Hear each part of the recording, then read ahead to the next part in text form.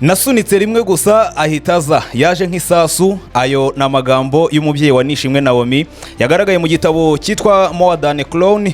Ni igitabo cyamuritswe ku mugoroba wa tariki 14 z'ukwezi kwa 12 muri Kigali Radisson Blue. Kuri kino cyumweru nibwo Nishimwe Naomi wabaye Miss w'u Rwanda yashyize hanze igitabo yanditse cyari gitegerejwe na benshi cyane. Hanyuma iki gitabo kikaba cyamaze kuba kijya hanze. Hari ingingo zimwe na zimwe zatangajwe cyane muri kino gitabo zaje kuba zivugwaho cyane mu bitangazamakuru yewe no ku mbuga nkoranyambaga, dore ko umugabo witwa Prince Kid yaje kuba agarukamo nanone nyuma y'ibyagiye bimubaho. Nishimwe Naomi ajya kuvuka ati mama we yasunitse rimwe gusa ahitaza, ati niyo mpamvu mama we yakunda kumuserereza amubwira ngo wavutse wihuta nk'isasu. Hari nabyo akunda kuvuga ngo ukunda no gusakuza cyane nka machine gun.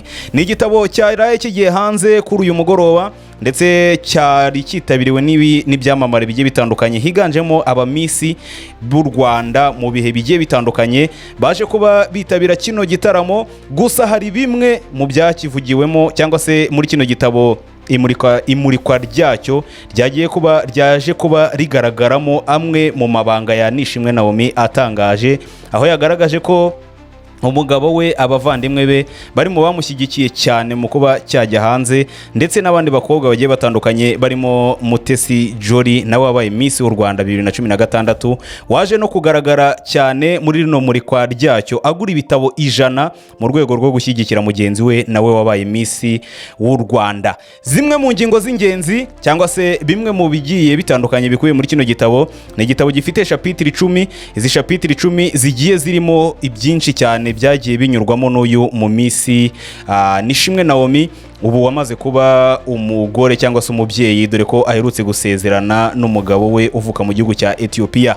Hari byinshi cyane rero biri muri kino gitabo tugiye kugenda tugarukaho cyane kuri uyu munsi, ariko reka mbanze nkubwire ko bamwe mu bitabiriye rino murikwa ry'iki gitabo bagiye bagenda babigarukaho ndetse bishimira intambwe ikomeye cyane uno mu Miss yateye cyangwa se uburyo yishimiye kuba ashyira igitabo hanze, cyane cyane nka Miss Mutesi Jolly avuga ko yishimiye ko abandi bana b'urubyiruko bazajya bibona banyuze muri kino gitabo. Ati uyu munsi nishimiye cyane intambwe ikomeye cyane ya mugenzi wanjye, ati yo kumurika igitabo cye cyangwa se amateka ye More Than a Clown. Ni igitabo Nishimwe Naomi yashyize hanze. Ati ntewe ishema cyane nawe, ati ntewe ishema n'umugore wahindutse we, ati kuba waretse kugira ngo twinjire mu buzima bwawe ndetse abana bakiri batoya bakaba bazagira byinshi biga binyuze muri wowe. Ayo ni amagambo ya Mutesi Jolly wahise anagura ibitabo 100 mu rwego rwo kumushyigikira. Abaraperi barimo Bulldog nabo bari bitabiriye kino gitabo imurikwa ry'iki gitabo.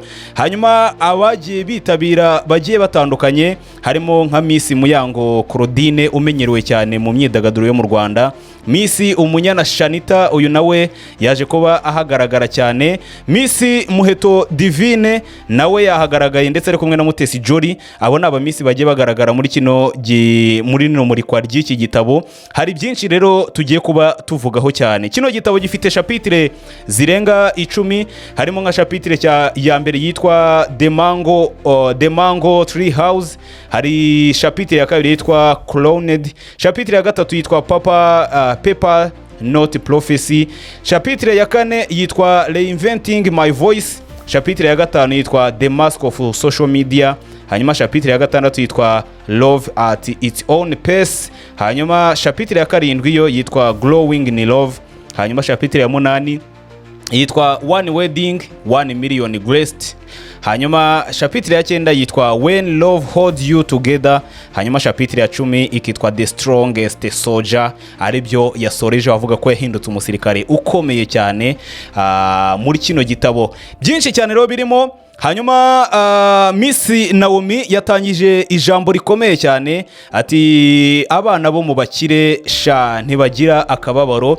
Umuntu wabyanditse cyangwa se ku mbuga nkoranyambaga kugira ngo aya magambo akunde kugarukaho bisa nkaho byababaje Nishimwe Naomi cyane ku buryo ari ryo jambo yatangije igitabo cye cyane. Nkuko nagiye mbigarukaho, Nishimwe Naomi ajya kuvuka mama we ngo yasunitse rimwe gusa, ati umwana ahita asohoka, ati mama we akunda kumuserereza cyane, ati ati wavutse nk'isasu, wavutse wihuta nk'isasu, atariko usakuza nka mashini gani. Ibyo ni bimwe mu byagiye bigarukaho cyane muri kino gitabo. Ati mu ishuri Naomi yari inkubaganye cyane, cyangwa se tinari inkubaganye cyane, kugeza ubwo amaze kumenya ubwenge ho gato yaretse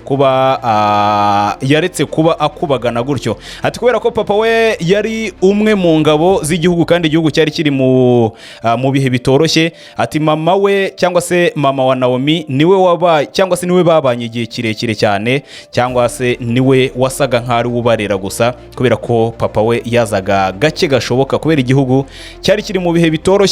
Naomi yatojwe gusenga ndetse no kwihangana cyane. Hanyuma Naomi ahamya ko muri kino gitabo cye amafaranga ari nk'umushyitsi. Ati uyu munsi ashobora kurara iwawe, ejo akaba yarara iw'abandi, ariko agaciro kawe ntukagashyire mu mafaranga gusa.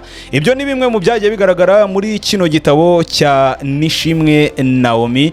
Ni igitabo cyari kimaze igihe gitegerejwe n'abantu benshi, ni igitabo cyavuzwe cyane, ndetse ni igitabo cyaje kuba kigaragaramo ibintu byinshi bigiye bitandukanye. Nishimwe Naomi yaje guhishura ko binyuze muri nyina cyangwa se muri mama we yigeze kwanga kujyana na Prince Kid muri Togo ku itike yari yaguzwe n'umwe mu basaza batavuzwe izina.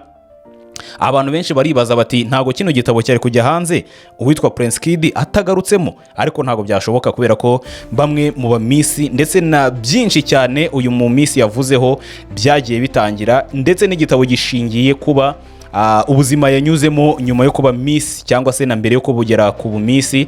Urumva rero ko uwitwa Prince Kid atari kuba abura kugarukamo. Yabishuriye mu gitabo cye rero cyitwa More Than a Clown, avuga ko umubyeyi we yigeze kwitambika gahunda kuko Prince Kid yananiwe kubisobanura byombi uburyo bagiye kumara icyumweru mu gihugu cya Togo ndetse n'ibyo bagiye kuba bakoramo.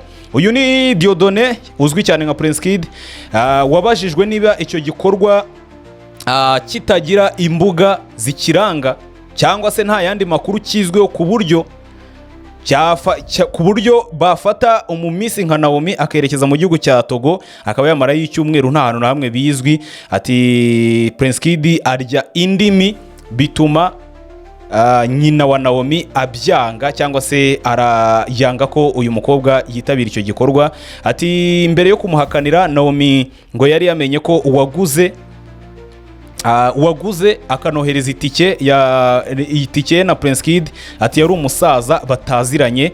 Ati byakubitiraho amakuru yavugaga ko hari abakobwa bafatiranwaga cyane bituma yigengesera. Ati ibi ngibi byatumye iyi gahunda yo kujya mu gihugu cya Togo ipfa, bibyara umwuka mubi hagati ya Naomi ndetse na Prince Kid mu buryo yamwirengagije amezi arenga 6. Ni bimwe mu byagiye bigaruka muri kino gitabo cya Nishimwe Naomi. Naomi kandi yashimiye umugabo we wamushyigikiye cyane, ni umugabo witwa Michael ukomoka mu gihugu cya Ethiopia, akaba ari umushoramari ukomeye cyane kuri uwo mugabane wa Afurika mu bijyanye n'ubwubatsi.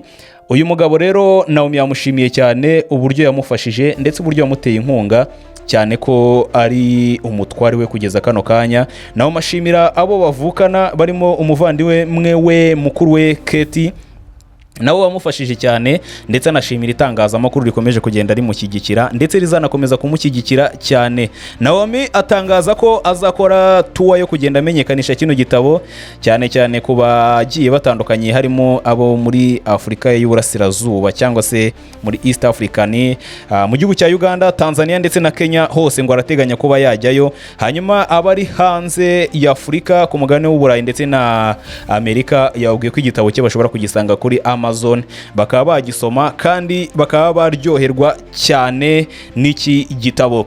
Ni igitabo rero cyakomeje kugenda kigarukwaho cyane cyane nk'uwitwa Miss Jory waguze ibitabo 100 ndetse ahita nabihereza Miss Naomi, aramubwira ngo ibi bitabo nguze bizagufasha kugenda wamamaza kino gikorwa.